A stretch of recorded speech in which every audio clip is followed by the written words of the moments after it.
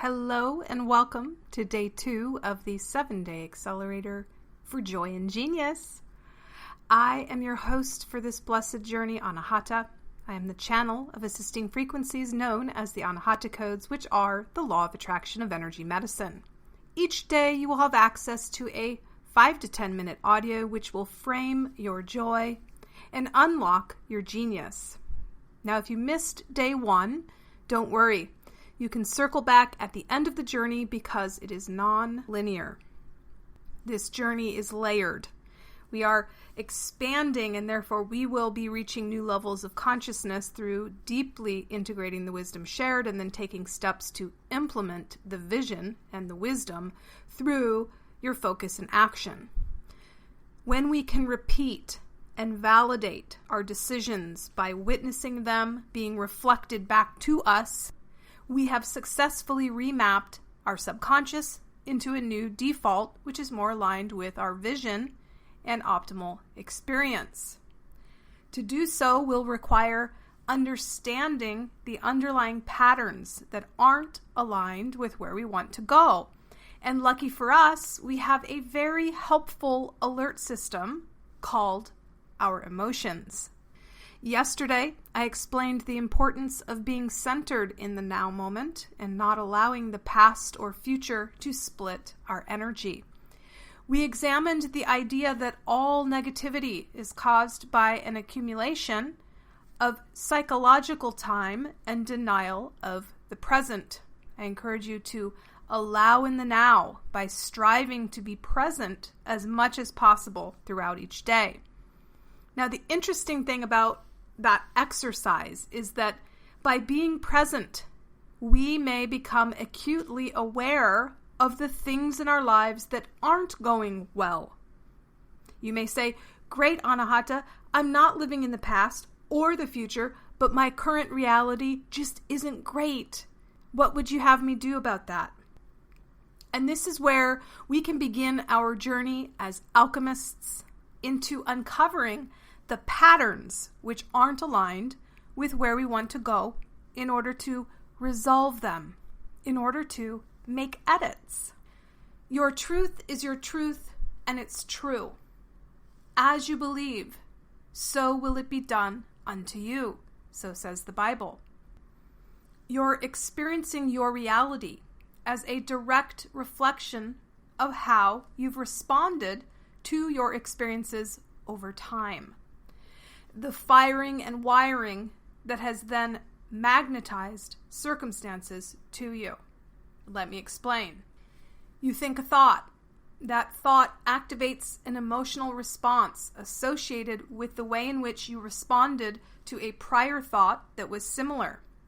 These thoughts over time fire and wire together, and they create your personality. Since we get what we think about and what we energize, our thoughts become our emotions, become our actions, and become our habits, our way of being in the world. The universe then validates our choices by showing us more and more of what we have said yes to, not verbally, but vibrationally. The universe is inclusive. We don't get what we say we want, we get what we validate. Your truth is your truth, and it's true. The universe will conspire to prove it to you. One of the most pivotal growth spurts you can have as you evolve is the day you decide for yourself to end victimhood. You can either view the world as happening to you, or you can view the world as happening through you. When you realize you are magnetizing your circumstances through the thought patterns you are weaving and the emotions which are generating electromagnetic vibration, known as the law of attraction, you can drop the victim mentality and stop the blame and shame cycle. What you resist persists. What you push against, deny, or disown, you are actually saying yes to. What you judge, you are saying yes to.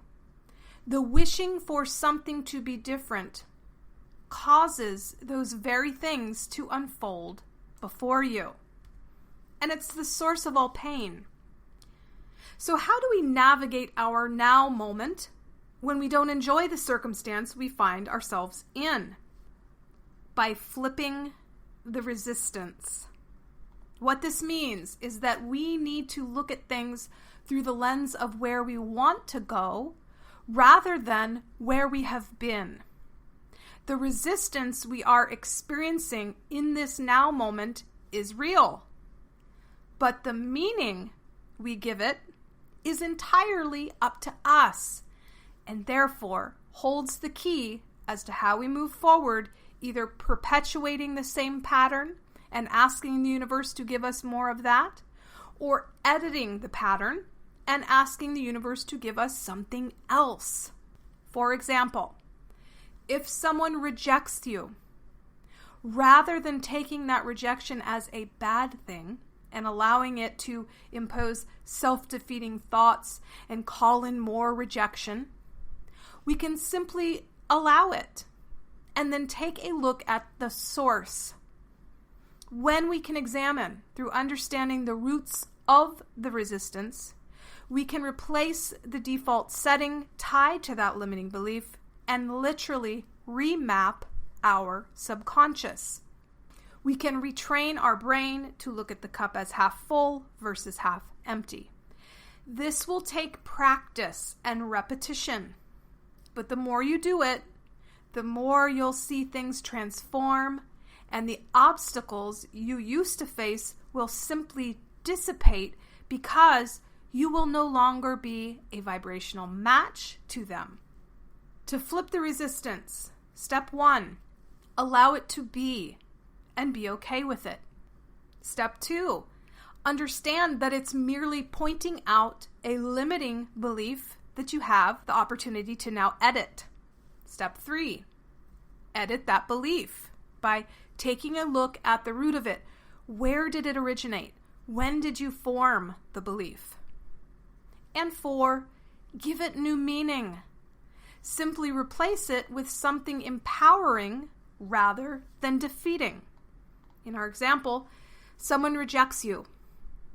Now, you can either take offense and let it destroy your self-esteem while building resentment for that person in the world, or you can simply allow it to be. It has come forth in resonance to a prior thought pattern and belief structure.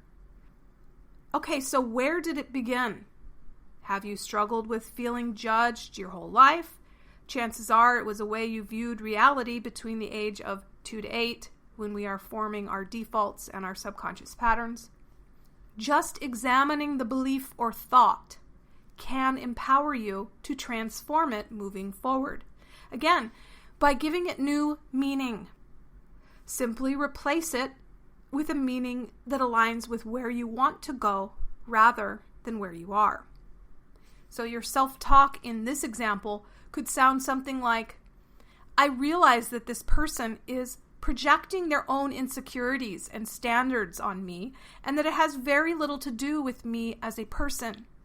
In fact, it's extremely helpful that they voiced their rejection, as it clarifies my vibration in terms of who will value my presence and who will not.